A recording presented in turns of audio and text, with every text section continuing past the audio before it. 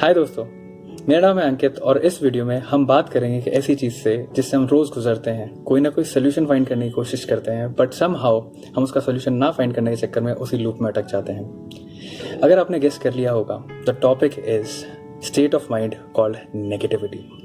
Yes, हम यही कर रहे होते हैं ना, डेली कोई ना कोई सोल्यूशन खोजने की कोशिश कर रहे होते हैं, नेगेटिविटी से दूर जाने की कोशिश कर रहे होते हैं, सोल्यूशन फाइंड करने की कोशिश कर रहे होते हैं डेली लाइफ में। बट समहाउ वो सोल्यूशन नहीं मिलते तो वो नेगेटिविटी और बढ़ती जाती है लाइफ में, नहीं? लेकिन बिफोर वी टॉक अबाउट कि नेगेटिविटी से डील कैसे करना है and more about that later, let's understand one simple fact. Human body दो एनर्जी से बनी, negative and positive. Negative energies कैसे?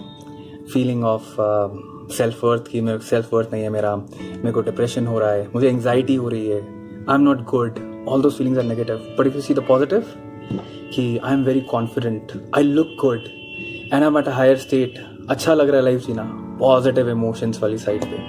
बट समझने की ये ज़रूरत है कि लाइफ में इन दोनों इमोशंस के बिना लाइफ चलती नहीं है। दोनों ही इमोशंस आएंगे, that's called life. And wherever you accept this fact कि लाइफ में अप्स एंड डाउन्स होंगे, which is negative and positive in your life, because that's all inside you, you will when you accept your life में एक ease आएगी, अंदर ही अंदर थोड़ा सुकून सा मिलेगा।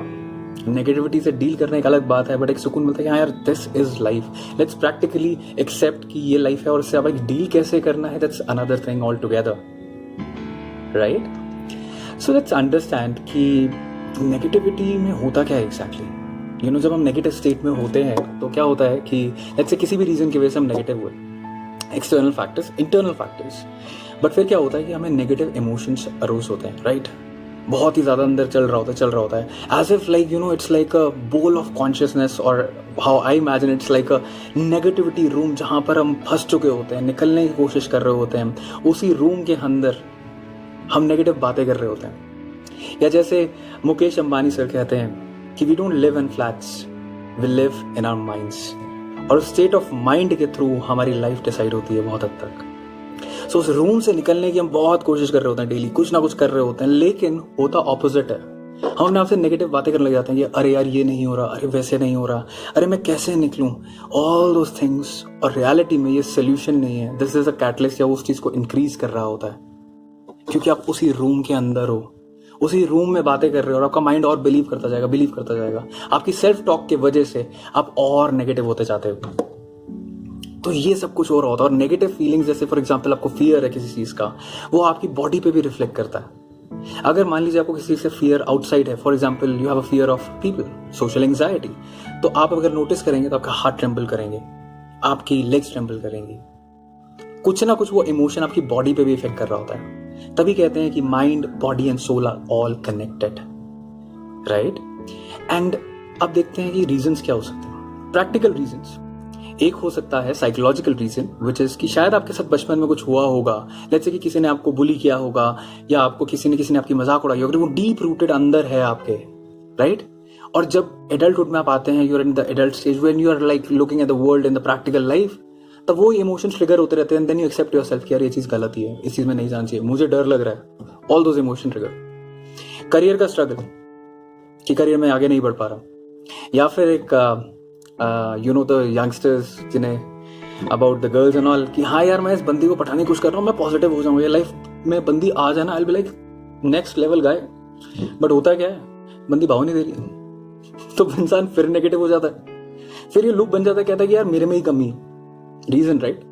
फनी है पर सच है।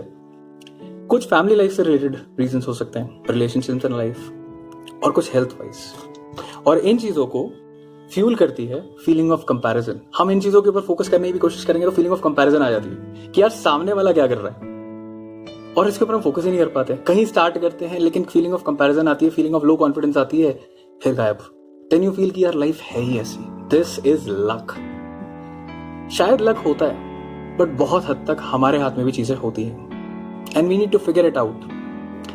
एंड इन सब चीजों के ऊपर वर्क करने से पहले पूछो खुद से, इन सब चीजों को अगर मैं डील भी कर लूं तो what is that state of mind कि मैं जिसको देख रहा हूं, किस चीज में मैं जाना चाहता हूं, किस चीज से मुझे खुशी मिलेगी, क्या वो स्टेट ऑफ माइंड है जिसको मैं टारगेट कर रहा हूं। Ask those deep questions to yourself, ताकि पता लगे कि आप चाहते क्या हो अंदर से, नॉट कि आपको क्या नहीं चाहिए। बट क्या चाहिए उसके बारे में फोकस कीजिए.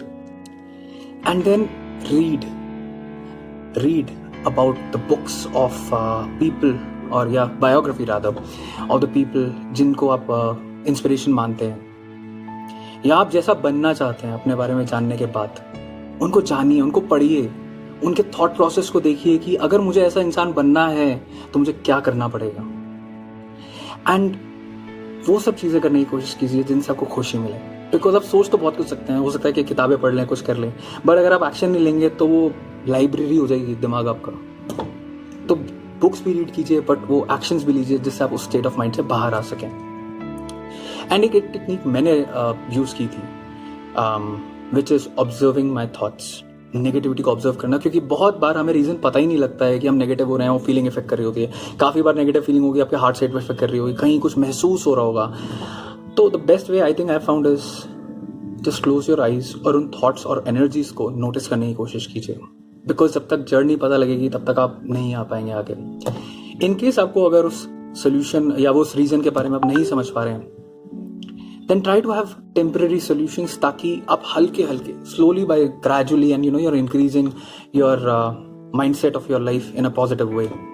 Temporary solution क्या हो सकते हैं? दोस्तों के साथ जाना, मूवी देखना, या फिर अपने इंटरेस्ट के बारे में उन लोगों से बात करना जो इन चीज़ों में इंटरेस्टेड होंगे. बहुत सारी चीज़ें हो सकती है, बट वो टेम्परेरी सोल्यूशन होता है, लेकिन वो ज़रूरी है. बिकॉज एकदम से शायद आपको वो रीज़न ना मिले या एकदम से उस रीज़न का सोल्यूशन ना मिले, बट एट दी एंड खुश रहना सबसे इंपॉर्टेंट होता है. एंड हमारे प्रोग्राम में, MRM प्रोग्राम में, हम बहुत सारी एफर्मेशंस करते हैं, सेल्फ टॉक करते हैं, मिरर के सामने जाते हैं, बिल्कुल चौड़ में भाई बोलते हैं we love our self, we do this, we are good at this thing.